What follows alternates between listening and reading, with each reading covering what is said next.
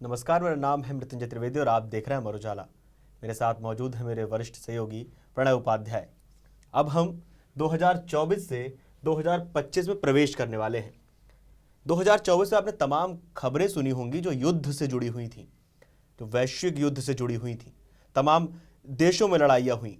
2025 को कौन सी लड़ाई विरासत में मिलने वाली है, इस पर बात करेंगे प्रणय के साथ। प्रणय, कितने देशों में 2024 में लड़ाई हुई और वो जो लड़ाई कंटिन्यू 25 तक जाने वाली है? बिल्कुल, साल 2024 का आज आखिरी दिन है मृत्युंजय, और 2024 एक बैग सौंप के जा रहा है 2025 को, जैसे आपने कहा विरासत में मिल रही है। विरासत में बहुत सारा गोला बारूद मिल रहा है। यानी कहा जा सकता है कि जो नए साल की सुबह हो रही है वो बहुत सारे कॉन्फ्लिक्ट, तनाव, संघर्ष और युद्ध के इस बारूद और गोलों और शोलों के बीच में हो रही है। बिल्कुल। और अगर आप बात करें इन आंकड़ों के लिहाज से कि आखिर कौन से वो देश थे जहां पर लड़ाइयां होती रहीं, और 2024-25 की अगर हम बात करें तो कौन सी जो लड़ाइयां हैं वो विरासत में एक तरीके से मिल रही हैं। आप देखिए 2024 के अगर आप आंकड़ों को देखें तो करीब करीब 50 देश ऐसे हैं जहां कहीं ना कहीं कोई ना कोई कॉन्फ्लिक्ट चलता रहा। ये वो तस्वीरें हैं जो 2024 अपने पीछे छोड़ के जा रहा है। हमने देखा कि किस तरीके से रूस और यूक्रेन के बीच में जंग खत्म होने की बजाय अभी तो ना खत्मी की तरफ ही बढ़ती हुई नजर आ रही है, बढ़ती चली जा रही है। 2022 में लड़ाई शुरू हुई थी और 2025 आ गया है। किसी ने नहीं सोचा था कि 3 साल से ज्यादा का वक्त जो है ये लड़ाई पूरी कर जाएगी। कितने लोगों की जान गई, कितना खर्चा हुआ, कितना गोला और अभी भी उसके अलावा 2023 के अंदर अक्टूबर में हमास के हमले के साथ में जो इजराइल का कॉन्फ्लिक्ट शुरू हुआ था गाजा के इलाके के साथ, वो बढ़ते बढ़ते पूरे पश्चिम एशिया के अंदर फैल चुका है। कई जगह पे कॉन्फ्लिक्ट्स हो रहे हैं। वो लड़ाई तो है ही सही, इसके साथ साथ कई जगह पर आर्म कॉन्फ्लिक्ट जो हैं वो उभरते हुए नजर आ रहे हैं। कई नए प्रेशर पॉइंट्स जो हैं, चाहे यूक्रेन और रूस के युद्ध का मामला हो, उसके साथ साथ इजराइल और ईरान के बीच का तनाव, साथ ही सीरिया में जिस तरीके से सत्ता बदल हुआ, तो ये तमाम तस्वीरें हमें कई जगह देखने को मिल रही हैं। और ये बात कर रहे हैं हम युद्धों की, लड़ाइयों की। इसके अलावा जो दूसरे कॉन्फ्लिक्ट्स हैं, चाहे वो क्लाइमेट चेंज रिलेटेड कॉन्फ्लिक्ट्स हों या वो जो जियोग्राफिकली टेरिटोरियल डिस्प्यूट्स हैं। अभी हमने हाल ही में देखा कि किस तरीके से अफगानिस्तान और पाकिस्तान के बीच में जो है वो एक तरीके से जंग का मोर्चा जो है नया खुल गया है, खासतौर पर साल खत्म होते होते तक। तो ये वो तमाम इलाके हैं। अगर आप देखें कॉन्फ्लिक्ट वॉच लिस्ट को, ये एक ACLED एक संस्था है, यानी आर्म्ड कॉन्फ्लिक्ट लोकेशन इवेंट और डिजास्टर को ट्रैक करती है ये। तो ये कॉन्फ्लिक्ट वॉचेस में अगर आप देखें तो ये धरती के नक्शे के ऊपर आपको ये जो रेड जोन्स नजर आ रहे हैं, ये वो इलाके हैं जिन्हें आप कॉन्फ्लिक्ट जोन कह सकते हैं, जो डिमार्केटेड कॉन्फ्लिक्ट जोन्स हैं। यानी मेक्सिको के में इस समय तनाव है, खासतौर पर अमेरिका और मेक्सिको के बीच में जिस तरीके से बॉर्डर को लेकर टेंशन है। साथ ही कोलंबिया के अंदर भी एक टेंशन जो है वो लगातार बिल्डअप हो रहा है। साथ ही अफ्रीका के इलाके को अगर आप देखें तो सूडान का कॉन्फ्लिक्ट बहुत लंबे समय से चल रहा है। और अगर आप देखें तो सूडान का ये जो कॉन्फ्लिक्ट है, ये इस समय अगर मॉडर्न इतिहास के हिसाब से देखें आप, तो ये सबसे वर्स्ट कॉन्फ्लिक्ट है। करीब करीब 80 लाख लोग जो हैं वो यहाँ पर इंटरनली डिस्प्लेस्ड हुए हैं।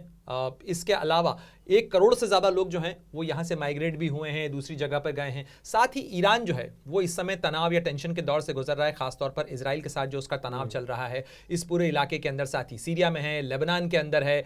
इसके अलावा जो इराक का इलाका है, ये ईरान का इलाका है। इन तमाम इलाकों के अंदर ये यमन है, और यमन को ईरान का अलाई माना जाता है, यहाँ पर टेंशन है। साथ ही पाकिस्तान, जैसा मैंने आपसे कहा, अफगानिस्तान और पाकिस्तान के बीच में टकराव और तनाव है। साथ ही रूस और यूक्रेन के बीच में ये तमाम कॉन्फ्लिक्ट जोन्स हैं। और म्यांमार है भारत के ठीक पड़ोस के अंदर, और भारत की करीब करीब 1400 किलोमीटर की जो सीमा है वो म्यांमार से लगती है। वहां भी गृह युद्ध के हालात हैं। और 2021 के बाद से अभी तक लगातार वहां पर फरवरी 2021 के बाद से गृह युद्ध के हालात न केवल बने हुए हैं बल्कि बिगड़ते चले जा रहे हैं। तो इसीलिए हम कह रहे हैं कि ये जो है ये विरासत है जो 2025 को मिल रही है। यानी 2025 को नए साल की शुरुआत के साथ ये कम से कम रेड जोन्स तो मिल ही रहे हैं। खैर, इसके अलावा हम बात करें किन किन देशों में क्या क्या कितने कितने लोगों की जान गई है, कुछ इसका अगर आंकड़ा हमारे पास हो, कौन सा युद्ध सबसे ज्यादा भयावह रहा है? देखिए, अगर आंकड़ों की बात करेंगे 2024 के अंदर, यानी अगर आप देखें तो 2024 में 2.3 लाख लोग जो हैं वो मारे गए हैं केवल युद्ध में। और ये बीते 1 दशक का सबसे भीषण आंकड़ा है। यानी अगर पिछले 10 सालों के आंकड़े को आप देखें तो ये कॉन्फ्लिक्ट जो है उसके अंदर मरने वालों की संख्या बढ़ी है 2024 कॉन्फ्लिक्ट के लिए एक रेड जोन बिल्कुल कहा जा सकता है। न केवल कॉन्फ्लिक्ट के लिहाज से ये रेड जोन है, बल्कि 2025 के अंदर जितना ये टेंशन छोड़ के जा रहा है साल, उसके मद्देनजर यह भी चिंता है कि यह आंकड़ा और बढ़ सकता है। यह आंकड़ा इसलिए बढ़ सकता है क्योंकि कई नए प्रेशर पॉइंट्स जो हैं वो क्रिएट हो रहे हैं। युद्ध पुराने सुलझ नहीं रहे हैं, बल्कि जो नए युद्ध हैं वो बढ़ते हुए नजर आ रहे हैं। बिल्कुल, हमने रूस और यूक्रेन की बात की, ये सबसे ज्यादा एक जो भी वॉर था जहाँ पे अमेरिका का भी हस्तक्षेप देखने को मिला, जो कि 2025 में आपने अपनी पिछली वीडियो में हम लोगों ने बात की थी कि बाइडेन जो है वो विरासत में हथियार छोड़ के जा रहे हैं यहाँ पे। बिल्कुल, वो उस पे क्या कुछ अपडेट है? अगर यूक्रेन पे हम लोग अभी फोकस करें सिर्फ, तो यूक्रेन पे जो युद्ध की स्थिति बनी हुई है इस समय, जो 2024 से 25 में आने वाली है। देखिए, अगर आज की स्थिति आप देखें तो रूस और यूक्रेन के युद्ध के बीच में जो खत्म होने की उम्मीद की जा रही थी वो फिलहाल नजर नहीं आ रही है। दूसरी बात यह है, अमेरिका जो है, जो इस जगह पर है, वो अमेरिका और साथ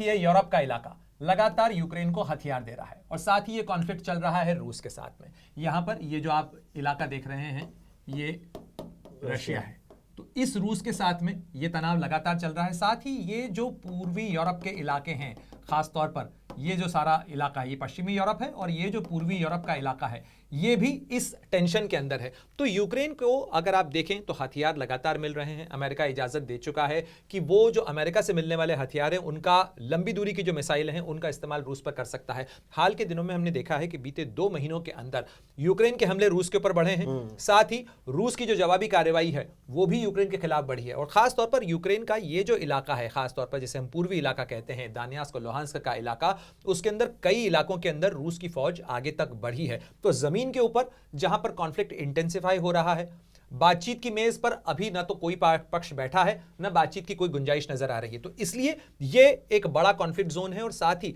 इसके अंदर एक बड़ा खतरा यह है कि यहां पर रूस एक मिलिट्री पावर होने के साथ साथ एक न्यूक्लियर पावर है। बिल्कुल, और न्यूक्लियर पावर होने के साथ साथ ऐसे में जब कॉन्फ्लिक्ट जोन इतने ज्यादा बड़ा हो, जहां पर इतने सारे देश हों, साथ ही धुरियां बटी हुई नजर आ रही हों, यानी ईरान, चीन, रूस एक साथ एक एक्सिस के अंदर नजर आ रहे हैं, साथ ही अमेरिका और अमेरिका के साथ में जो पश्चिमी देश हैं वो यूक्रेन के साथ खड़े हुए नजर आ रहे हैं। तो ऐसे में 2 खेमों में दुनिया लगभग वैसी ही बटी हुई नजर आ रही है जैसी कि दूसरे विश्व युद्ध के समय में थी। और इसीलिए जो खतरा है वो ये है कि कहीं 2025 जो है वो और भयावह स्थिति विश्व युद्ध की ओर नजर जा रही है बिल्कुल, लोगों इसीलिए तमाम लोग आशंका जता रहे हैं। हालांकि कई जानकारों का कहना है कि युद्ध जो है वो ऑलरेडी शुरू हो चुका है। यदि रेड जोन इतना बड़ा हो गया है तो इसका मतलब ये युद्ध ही है, जिसके अंदर अलग अलग देश जो हैं वो अलग अलग जगहों के ऊपर यहां पर टकराते हुए नजर आ रहे हैं। और अभी तो एक कॉन्फ्लिक्ट जोन जो है जिस पर काफी ज्यादा चर्चा हो रही है कि क्या एक नया कॉन्फ्लिक्ट जोन इस इलाके के अंदर खड़ा हो सकता है, जो कि ताइवान है। ये ताइवान है इस इलाके के अंदर, और ताइवान और चीन के बीच का जो झगड़ा है वो आप जानते ही हैं अच्छी तरीके से। तो ताइवान और चीन के बीच में ये जो टकराव है, ये इस पूरे इलाके के हिसाब से काफी बड़ा कॉन्फ्लिक्ट जोन हो सकता है अगर हम उस दृष्टि से देखें तो। बिल्कुल। प्रणय, सूडान की अगर हम बात करें, सूडान को आपने बताया था कि यहाँ पे जो कॉन्फ्लिक्ट 80 लाख कुछ लोगों का भी आपने आंकड़ा बताया एक, बिल्कुल, सूडान का क्या कुछ है, संक्षेप में बताइए क्योंकि अभी बिल्कुल आगे और बात करें। देखिए, आप इस इलाके को देखिए, सूडान के अंदर 2008 के बाद से लगातार कॉन्फ्लिक्ट चल रहा है। 2008 के बाद से यहां पे सूडान जो है वो डिवाइड भी हुआ, साउथ सूडान और सूडान के बीच में डिवीजन हुआ। साथ ही इस इलाके के अंदर जबरदस्त कॉन्फ्लिक्ट चल रहा है, और ये इलाका ट्रेड के लिहाज से बहुत महत्वपूर्ण है मृत्युंजय। ये समझना बहुत जरूरी है क्योंकि इसका असर आपकी हमारी जिंदगी पर भी पड़ रहा है। कैसे पड़ रहा है वो अभी मैं आपको बताऊंगा, लेकिन ये जो इलाका है इसे हम अदन की खाड़ी कहते हैं। यहां से ट्रेड जाता है, ये जो है सुएज कनाल है, यहां पर ये इस जगह पर सुएज कनाल है, और यहां से आपका ट्रेड जाता है। यानी भारत से अगर आप यहां से कोई सामान एक्सपोर्ट करते हैं यूरोप के लिए तो वो इसी रास्ते से होकर जाता है। और इसी रास्ते के अंदर खासतौर पर एक तरफ आप देखिए, यहां पर यमन है, तो यमन में हूथी है। हूथी जो है वो यहां पर लगातार जो है वो जो ट्रेड जाता है, खासतौर पर जो कार्गो जहाज जाते हैं उनको निशाना बनाते हैं। साथ ही यहां पर एक सिविल वॉर चल रही है, और इस सिविल वॉर के अंदर सैकड़ों लाखों लोग जो है वो डिस्प्लेस हुए हैं, लाखों लोग मारे गए हैं, और अभी भी इसका कोई अंत नजर नहीं आ रहा है। और सूडान के अंदर जो है वो सेना और पैरामिलिट्री, इन दोनों के बीच में खासा झगड़ा है, और इन्हीं दोनों के बीच में, यानी इससे भारत भी प्रभावित हो सकता है। भारत प्रभावित हो ही रहा है। इसलिए प्रभावित हो रहा है, एक जमाने में भारत का निवेश था यहाँ पे ओवरसीज, जो ओएनजीसी विदेश लिमिटेड है, यहाँ पर तेल का बड़ा खजाना है, और खासतौर पर ये जो ऑयल रिच एरिया है, यहाँ पर जो नेचुरल रिसोर्सेस हैं, सूडान के अंदर बहुत नेचुरल रिसोर्सेस हैं, जमीन इसकी बहुत उपजाऊ है, लेकिन लगातार ये इलाका कॉन्फ्लिक्ट के अंदर है। इरिट्रिया और सूडान के, साउथ सूडान के बीच में भी कॉन्फ्लिक्ट है। तो ये एक बड़ा कॉन्फ्लिक्ट जोन है, और खासतौर पर ये जो पूरा एरिया है जो कि ट्रेड के लिहाज से बहुत महत्वपूर्ण है, और यहां से भारत ही नहीं बल्कि दुनिया के कई देशों का कारोबार जाता है जो कि यूरोप की तरफ सामान भेज रहे हैं। और ये छोटा रूट है, अगर आप ऐसे जाएंगे यूरोप की तरफ तो ये आपके लिए बहुत महंगा पड़ेगा। बिल्कुल। अगर हम और मानचित्र के माध्यम से समझाएं अपने दर्शकों को तो देखिए, सबसे पहले हमें यह समझना जरूरी हो जाता है कि अगर हम भारत के नक्शे के हिसाब से देखें तो कॉन्फ्लिक्ट जोन में हमें किसको कैसे देखना चाहिए। भारत को बीच में रखते हैं और भारत से एक लाइन ऐसे खींचते हैं और एक लाइन ऐसे खींचते हैं।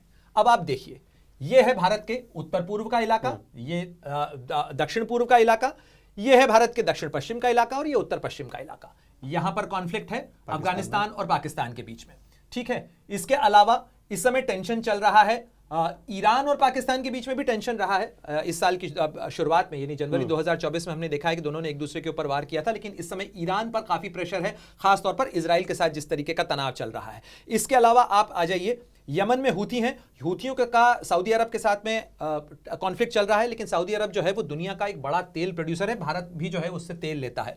इसके अलावा ये जो पूरा इलाका है ये भारत के लिए बहुत महत्वपूर्ण है, इसलिए महत्वपूर्ण है क्योंकि यहां से भारत का तेल आता है। कुवैत से लेकर, यूएई से लेकर, ओमान से लेकर ये जो पर्शियन गल्फ है जिसे फारस की खाड़ी कहा जाता है, यहां से हमारा ही नहीं दुनिया के कई देशों का जो ऊर्जा साधन है, तेल जो है वो आता है। चीन का तेल भी यहीं से आता है और ये आपका जो है हिंद महासागर, यहां से तेल जाता है। यहां पर एक कॉन्फ्लिक्ट जोन है। इसके अलावा ये आप देख ही रहे हैं कि ये जो कॉन्फ्लिक्ट जोन है यहां पर टेंशन है। इसके अलावा ये आप देख लीजिए, ये टेंशन जोन है लेबनान, इजराइल।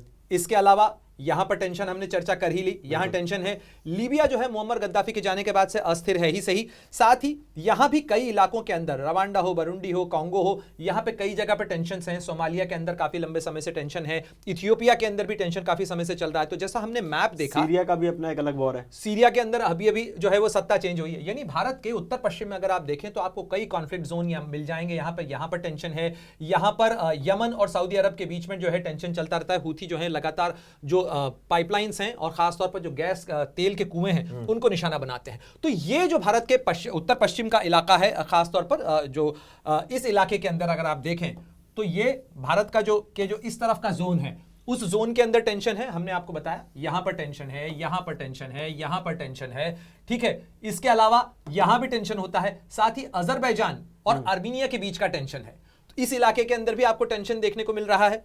इसके साथ साथ ये जो मेडिटेरेनियन सी है यहां पर टेंशन है, यहां पे ऊपर टर्की है, ये टर्की है, और टर्की के साथ भी इस इलाके के अंदर कई टेंशन पॉइंट्स रहे हैं। हालांकि अभी जो है फिलहाल सीरिया के अंदर जो सत्ता का बदलाव हुआ है उसमें माना जा रहा है कि टर्की जो है एक गेनर है। अब आ जाते हैं हम भारत के दूसरे इलाके की, ठीक है। अब इस इलाके में अगर आप देखिए तो भारत के लिए जो टेंशन है उसका जोन मैप यहां पर भी देखना महत्वपूर्ण हो जाता है। ये हमने लाइन खींची, ये लाइन खींची, ठीक है। अब आप इस इलाके में आ जाओ। सबसे पहले तो भारत का टेंशन नेपाल के चाइना के साथ में। नेपाल के अंदर हमने देखा है, हालांकि भारत और नेपाल के रिश्ते अच्छे हैं, लेकिन पिछले कुछ सालों समय से हमने देखा है विवादों में घिरा रहा कि विवाद भारत के लिए सबसे इंपॉर्टेंट और सबसे जो इंपॉर्टेंट है वो कहा जा सकता है ये इलाका, यानी बांग्लादेश का इलाका। बांग्लादेश जो है वो भारत के लिए ये जो इलाका है। साथ ही ये म्यांमार है, म्यांमार जो है वहां पर टेंशन है, तो ये म्यांमार के इलाके के अंदर टेंशन। इसके अलावा यहां बांग्लादेश है, बांग्लादेश के इलाके के अंदर भारत और बांग्लादेश के बीच में जो टेंशन है वो देखने को मिला हमें। ये 2025 के अंदर कॉन्फ्लिक्ट टू वॉच आउट की हम बात कर रहे हैं। साथ ही इस इलाके के अंदर भी राजनीतिक अस्थिरता हमें कई जगह देखने को मिली है। साथ ही एक जो बड़ा टेंशन है वो इस समय टेंशन बिल्डअप हुआ है इस इलाके के अंदर, जिसे हम साउथ चाइना सी कहते हैं। इस साउथ चाइना सी के अंदर ताइवान आप अच्छी तरीके से जानते हैं। डोनाल्ड ट्रंप 2025 के अंदर 20 जनवरी 2025 को अमेरिका के नए राष्ट्रपति बन जाएंगे और उसके बाद माना जा रहा है कि चाइना और अमेरिका के बीच का जो टेंशन है उसका एक बड़ा जोन ये भी है। खासतौर पर फिलीपींस जो है उस पर नजर जो है वो बहुत महत्वपूर्ण इसलिए भी होगी क्योंकि साल 2025 के अंदर फिलीपींस में चुनाव होने हैं और इन चुनावों के मद्देनजर क्या चीन अपना प्रभाव यहां डालने की कोशिश करेगा या अमेरिका का जो प्रभाव है वो बरकरार रहेगा। इस साउथ चाइना सी के अंदर दुनिया का बहुत ज्यादा ट्रेड जाता है और खासतौर पर अगर आप हिंद महासागर की बात करें, हिंद प्रशांत का ये पूरा इलाका कहलाता है मृत्युंजय। इस पूरे इलाके से दुनिया का बहुत महत्वपूर्ण ट्रेड जाता है, करीब करीब 60% ट्रेड जाता है इस पूरे इलाके से।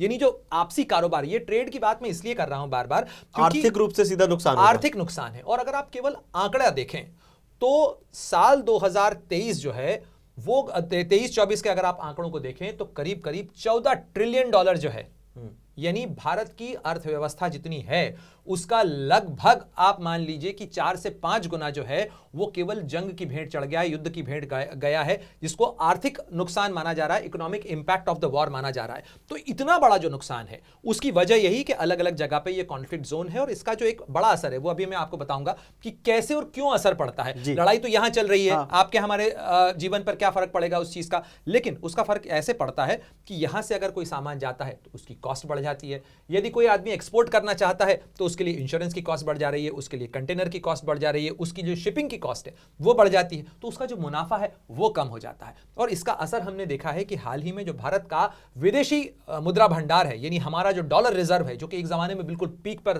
था, हमने मैक्सिमम रीच किया था, उसमें गिरावट आई है। हालांकि अभी इस महीने माना जा रहा है कि उसमें थोड़ा सा सुधार होना शुरू हुआ है, लेकिन ये एक टेंशन की वजह है क्योंकि हम बहुत सारा तेल आयात करते हैं, बहुत सारी चीजें हम आयात करते हैं, महंगी मिल रही है, वो महंगी मिल रही हैं। साथ ही अभी हमने देखा है कि डॉलर का दाम ऊपर है, रुपए का दाम नीचे है। तो ऐसे में आपको एक्सपोर्ट पैरिटी बनाए रखने के लिए, यानी आपको इंपोर्ट के लिए ज्यादा डॉलर देने पड़ेंगे, आपको सामान कम मिलेगा।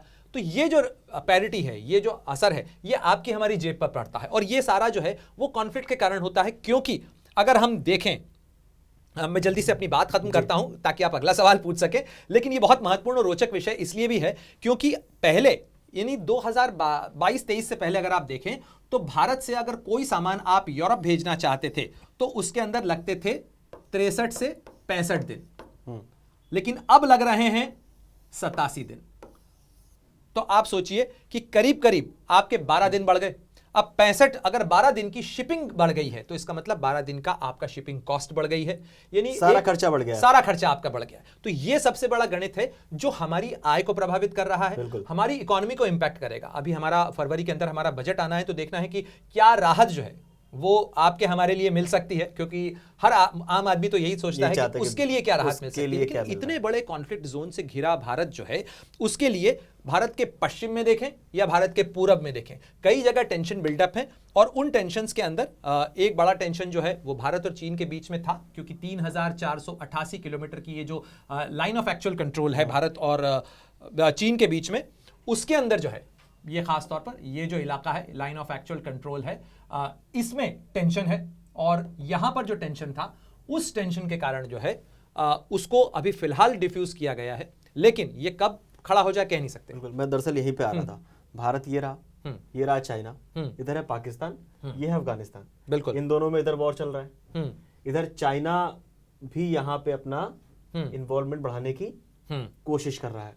तो ये जो इन्वॉल्वमेंट बढ़ेगा, उससे अगले साल के अगर हम देखें, अगर कयास लगाया जाए, अभी तक क्या कुछ हुआ है उस पर भी आएंगे, लेकिन भारत पाकिस्तान डायरेक्ट प्रभावित होता है, अफगानिस्तान उधर से प्रभावित हो ही रहा है, भारत बीच में रखा हुआ है, चाइना इधर से जाएगा यहां मदद पहुंचाने। भारत को क्या, किस तरह से भारत प्रभावित होगा अगर चाइना का जो हस्तक्षेप है वो पाकिस्तान और अफगानिस्तान के उसमें ज्यादा बढ़ता है? एक मिनट। चाइना का हस्तक्षेप तो पहले ही है। ये इलाका जो है, जो अक्साई चीन का इलाका है, ये चीन के अवैध कब्जे में है। साथ ही ये इलाका जो गिलगिट बाल्टिस्तान का इलाका है, ये गिलगिट बाल्टिस्तान अक्साई चीन का ये जो इलाका है, ये इलाका जो है, ये पहले ही इस इलाके के अंदर चीन पाकिस्तान इकोनॉमिक कॉरिडोर जो है वो इस इलाके तक जाता है। ये पूरी जो सड़क है, ये चाइना पाकिस्तान इकोनॉमिक कॉरिडोर है, यानी भारत जिस इलाके पर, जिस पर भारत का दावा है, जिस पर भारत का हक है, उस इलाके में पहले ही चीन अपनी टांग फंसा चुका है।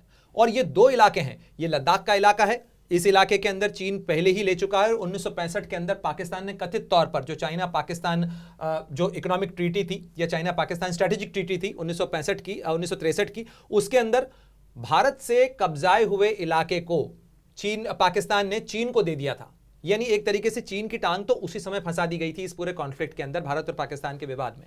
उसके बाद आप आइए, अब जो मॉडर्न डे कॉन्फ्लिक्ट चल रहा है, ये जो इलाका है कराची का पोर्ट, ग्वादर का पोर्ट, ये बलूचिस्तान का इलाका है। इस जगह पे पाकिस्तान के इस इलाके के अंदर चीन लगातार इन्वेस्ट कर रहा है और इस इलाके के अंदर वो अपनी टांग फंसा चुका है। साथ ही इस इलाके के अंदर ईरान के साथ में भी पाकिस्तान के साथ साथ जो चाइना की साझेदारी है वो ईरान के साथ भी इस इलाके में। हालांकि भारत ने इसके काउंटर के अंदर भारत ने इस जगह पे चाबार का जो इलाका है वहां पर भारत ने अपना पोर्ट बनाया है। बंदर अब्बास का इलाका है जिसे चाबार पोर्ट कहा जाता है, भारत ने यहां पे अपना पोर्ट बनाया है। साथ ही ये जो एक इलाका है यहां पर भारत ने अपनी एक बड़ी और महत्वपूर्ण पैठ बनाई है, खासतौर पर इस इलाके के अंदर। ये गल्फ का इलाका है, यहां पर 80 लाख जो भारतीय हैं वो रह रहे हैं। और इसमें जिस तरीके से 2014 के बाद से कहा जाए, प्रधानमंत्री नरेंद्र मोदी के आने के बाद से इस इलाके के अंदर भारत का रसूख जो है वो बढ़ा है। भारत का के प्रति इन देशों का एटीट्यूड भी जो है वो बदला है। लेकिन जो टेंशन है वो इस इलाके के अंदर है भारत के लिए। इस इलाके में एक नया टेंशन डेवलप हुआ है। बांग्लादेश ने जिस तरीके से भारत के प्रति हॉस्टाइल एटीट्यूड अपनाना शुरू किया है। साथ ही ये जो इलाका है जो ट्रेड के लिहाज से महत्वपूर्ण है, ये मलाक्का स्ट्रेट का इलाका है, यहाँ से ट्रेड जाता है।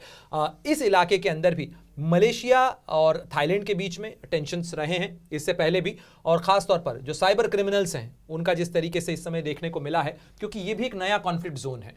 जिस तरीके से साइबर ठगी चल रही है उसका ये एक बड़ा जोन बना है। खासतौर पर कंबोडिया का इलाका, थाईलैंड का इलाका, लाओस का इलाका है ना, और यहाँ से पूरा विश्व प्रभावित हो रहा है। पूरा विश्व प्रभावित हो रहा है। तो ये साइबर डोमेन का नया कॉन्फ्लिक्ट जोन है। साथ ही एक कॉन्फ्लिक्ट जोन जो है वो हमें थोड़ा सा और पूरब में चलना चाहिए। ये भी एक कॉन्फ्लिक्ट जोन है क्योंकि उत्तर कोरिया और दक्षिण कोरिया के बीच में पुराना झगड़ा है, ये भी एक कॉन्फ्लिक्ट जोन है। साथ ही ताइवान और चीन के बीच का जो तनाव है वो भी पुराना तनाव है। साथ ही ये जो पूरा दक्षिण सागर का इलाका है, ये फिलीपीन सी और यहाँ पे साउथ चाइना सी, ये पूरा इलाका जो है ये साउथ चाइना सी है और ये ईस्ट चाइना सी है। तो इस साउथ चाइना सी से जो ट्रेड आता जाता है, क्योंकि चीन की रसद यहां से आती जाती है, इस इलाके के अंदर हमने देखा है कि किस तरीके से वियतनाम हो चाहे फिलीपींस हो, चीन के टकराव यहां पे हुए हैं, जहाज आपस में टकराए हैं। यानी जो चीनी कोस्ट गार्ड के शिप्स हैं और फिलीपींस कोस्ट गार्ड के जो शिप हैं उनके बीच में आपस में टक्कर हुई है। यानी तुम मेरे इलाके में कैसे आए और मैं तुम्हारे इलाके में यहां पे आऊंगा, यहां मेरा इलाका। इस तरीके की जो टसल है वो चल रही है। सबसे बड़ी चिंता क्या होती है मृत्युंजय, जब इस तरीके की टसल चल रही होती है तब जरा सी भी चिंगारी जो है, जब बारूद इतना बिखरा हो तो जरा सी चिंगारी से भी धमाका हो सकता है, आग लग सकती है। पेट्रोल तो पहले से समुद्र में पेट्रोल बह रहा है, समुद्र में पेट्रोल बह रहा है, बिल्कुल ठीक कहा आपने। और ये सबसे बड़ा जो टेंशन है वो इस इलाके के अंदर है। और यहां पर अगर टेंशन बिल्डअप होता है तो भी भारत का के लिए स्ट्रेस है। इस इलाके में टेंशन बिल्डअप हो रहा है, बढ़ रहा है, तो भारत के लिए चिंता है। साथ ही जो नया टेंशन जोन 2023 के बाद से उभरा है, 2022-23 के बाद से, वो है ये इलाका जो कि यूरोप का इलाका है। यूरोप रिलेटिवली सेफ था 1945 में दूसरे विश्व युद्ध के खत्म होने के बाद से यहां पर उस तरीके से कोई जंग नहीं हुई थी। लेकिन जिस तरीके से यूक्रेन और रूस के बीच में जंग शुरू हुई है, खत्म होने का नाम नहीं ले रही है, ऐसे में ये सारे कंट्रीज जो हैं, बेलारूस रूस के साथ है, पोलैंड यूक्रेन के साथ है, रोमानिया न्यूट्रल है लेकिन जर्मनी यूक्रेन के साथ है, फ्रांस यूक्रेन के साथ है, इटली यूक्रेन के साथ है। साथ ही यहां पर फिनलैंड नाटो के अंदर शामिल हुआ है, स्वीडन नाटो में शामिल हुआ है। ये एक नया जो है इक्वेशन वो इस इलाके के अंदर नए टेंशन को बिल्डअप कर रहा है। रूस को सारी प्रॉब्लम ही तो इसी चीज से थी कि नेटो मेरे दरवाजे तक नहीं आना चाहिए। और इस कॉन्फ्लिक्ट के बाद हुआ यह है कि नेटो जो है वो यहां तक तो था ही सही, अब वो यहां भी आ गया है। रूस का ये जो दूसरा बॉर्डर है इस इलाके के अंदर है, स्वीडन भी नेटो में शामिल हो गया है। तो ये जो ब्लैक सी, कैस्पियन सी, इस पूरे इलाके के अंदर एक नया टेंशन जो है वो यहां पर बिल्डअप होता हुआ नजर आ रहा है। एक आखिरी सवाल समय को देखते हुए, पनामा, बिल्कुल अगर हम मानचित्र में पहुंचे वापस, खैर आपने ये जो नया खोला है एक बार इसे समझा दीजिए, फिर हम पनामा से। मैं इसमें भी आपको समझा सकता हूं। ये है पनामा, अगर आप जोन देखें तो ये पनामा है, ये पनामा है और ये अमेरिका है, ये ऊपर कनाडा है। ये हमने उधर देशों की बात कर ली, चाइना की बात कर ली, रूस यूक्रेन की बात कर ली, लेकिन ये भी एक अपने आप में बहुत बड़ा कॉन्फ्लिक्ट है। ये न केवल कॉन्फ्लिक्ट है, डोनाल्ड ट्रंप के आने के बाद डोनाल्ड ट्रंप ने कुछ रोचक बातें करना शुरू की हैं मृत्युंजय, खास तौर पर इस इलाके को लेकर। अमेरिका जो है वो पनामा पे अपना कंट्रोल चाहता है। खास तौर पर ये पनामा है, मैं एक बार इसको इरेज करके वापस से बता देता हूं आपको। खास तौर पर ये जो इलाका है ये यहां पर पनामा है और ये पनामा का जो जोन है ये ट्रेड के लिहाज से बहुत महत्वपूर्ण है। यहां से भी कारोबार जाता है, यहां से भी व्यापार जाता है। और अमेरिका जो है वो अपने ईस्ट कोस्ट से, ये अमेरिका का ईस्ट कोस्ट है, ये अमेरिका का वेस्ट कोस्ट है। अमेरिका के लिए ज्यादा आसान पड़ता है अपने ईस्ट कोस्ट से सामान को वेस्ट कोस्ट पे भेजने के लिए, वो पनामा का रूट लेता है। देखिए 2025 की अगर बात करें तो 2025 के अंदर इस इलाके के अंदर टेंशन तो बिल्डअप हो ही रहा है। अब अगर डोनाल्ड ट्रंप इसकी जिद पर आते हैं कि कनाडा बने अमेरिका का 51वां राज्य, जो कि होता नजर नहीं आ रहा है, लेकिन दबाव बनाने लेकिन की जिद है ट्रंप की, जिद है। वो कह रहे हैं कि ग्रीनलैंड जो है वो खरीद लेना चाहता है अमेरिका। अमेरिका बोल रहा है कि आप भाव लगाइए, हम खरीदने के लिए तैयार हैं। दूसरे विश्व युद्ध के बाद से डेनमार्क के पास में ग्रीनलैंड का कंट्रोल है। ग्रीनलैंड और आइसलैंड दोनों जो हैं उसके ऊपर डेनमार्क का प्रभाव है। लेकिन अमेरिका चाहता है वो वैसे ही खरीदे जैसे उसने रूस से अलास्का को खरीदा था।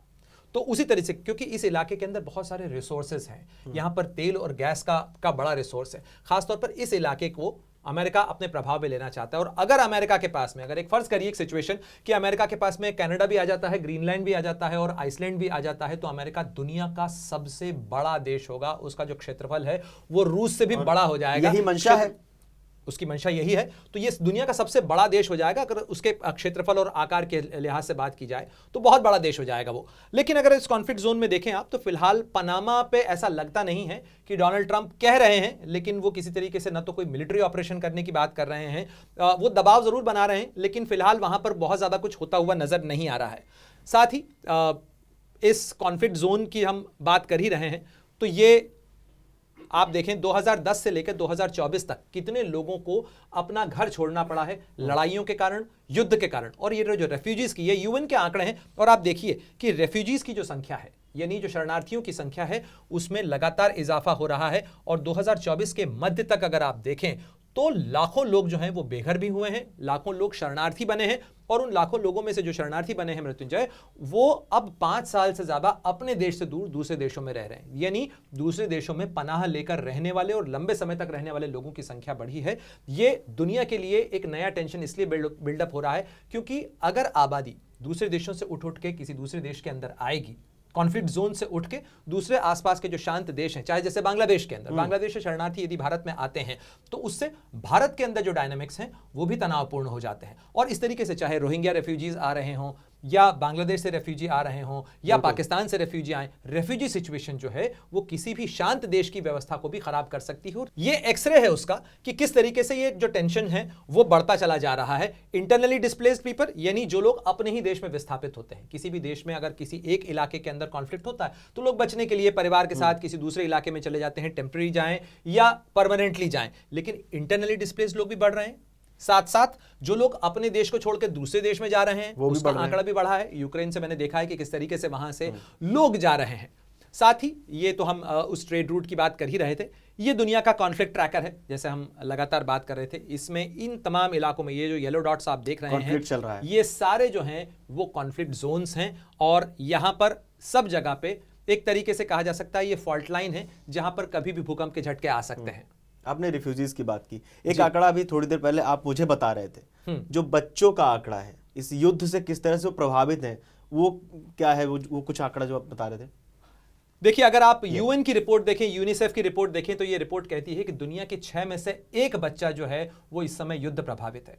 बहुत अच्छी बात है यूएन की रिपोर्ट में कही गई मृत्युंजय कि बच्चे युद्ध शुरू नहीं करते हैं, लेकिन वो युद्ध से सबसे ज्यादा प्रभावित होते हैं। उनके स्कूल बंद हो जाते हैं, उनके परिवार जो हैं वो बिछड़ जाते हैं, घर निस्तेनाबूद। और ये घर हैं, स्कूल हैं, अस्पताल हैं, उनके लिए जो बेसिक सुविधाएं होती हैं, और बच्चे सबसे ज्यादा कमजोर होते हैं। ये यूएन की रिपोर्ट कहती है कि 6 में से 1 बच्चा जो है वो इस समय, और अगर आप बात करें 2024 has been the worst years in record for children living in conflict zone in UNICEF history. यानी यूनिसेफ जब से बना है 1945 के बाद से, ये 2024 का जो साल है वो बच्चों के लिहाज से, खासतौर पर वो बच्चे जो कॉन्फ्लिक्ट जोन में रहते हैं, उनके लिहाज से वर्स्ट साबित हुआ है, सबसे ज्यादा खराब, सबसे खराब साबित हुआ है। तो इसीलिए लगातार ये जो कॉन्फ्लिक्ट जोन्स हैं, इन कॉन्फ्लिक्ट जोन्स को लेकर सवाल खड़े हो रहे हैं कि इसमें एक बड़ा जो चेंज आया है, वो चेंज आया है खासतौर पर ये बड़ा चेंज आया है कि किस तरीके से, देखिए कि दुनिया ने बजाय बेहतरी के हथियारों पर खर्च करना बढ़ाया। जब कॉन्फ्लिक्ट बढ़ता है तो हथियारों पर स्पेंडिंग बढ़ती है, और हथियारों पर खर्च का जो आंकड़ा है उसके अंदर एक इजाफा हुआ है। वैसे तो हमने देखा है 2008 के बाद से उसके अंदर एक स्पाइक देखने को मिला है। अगर आप देखें तो 1988 के बाद से यहां से ये जो क्रेस्ट है वो बना है। यहां पे एक छोटा सा डिप आया था, ट्रफ जिसे कह सकते हैं, लेकिन किन इलाकों के अंदर बढ़ा है आप देखिए। ये एशिया का आंकड़ा है, एशिया और ओशियानिया, ये आंकड़ा जो पहले इतना था वो इतना हो गया है। साथ ही यूरोप की स्पेंडिंग जो है वो भी बढ़ी है, यहां पर कम थी लेकिन यहाँ पर इसके अंदर बढ़ोतरी हुई है। यूरोप ने ज़्यादा पैसा खर्च करना शुरू किया है हथियारों के ऊपर, साथ ही ये जो अमेरिकाज़ का इलाका है उसने भी ज़्यादा स्पेंड करना शुरू किया है, साथ ही अफ्रीका में भी स्पेंडिंग जो है वो लगातार बढ़ी है। चलिए प्रणय, बहुत बहुत धन्यवाद हम तक ये सारी जानकारी पहुंचाने के लिए। बहुत बहुत धन्यवाद आप लोगों का ये सारी जानकारी सुनने के लिए, हमारी वीडियो देखने के लिए। स्वस्थ रहिए, घर पर रहिए, न्यू ईयर एंजॉय कीजिए और हमारी तरफ से नववर्ष की हार्दिक सारी शुभकामनाएं। और उम्मीद यही की जानी चाहिए कि ये जो कुछ यहाँ चल रहा है, यहाँ नजर आ रहा है, साल 2025 उन तमाम घावों पर मरहम लगाए और ये जो लड़ाइयाँ हैं वो खत्म हो, क्योंकि जैसा कहा भी जाता है कि जंग क्या मसलों का समाधान देगी, जंग तो खुद ही एक मसला होती है।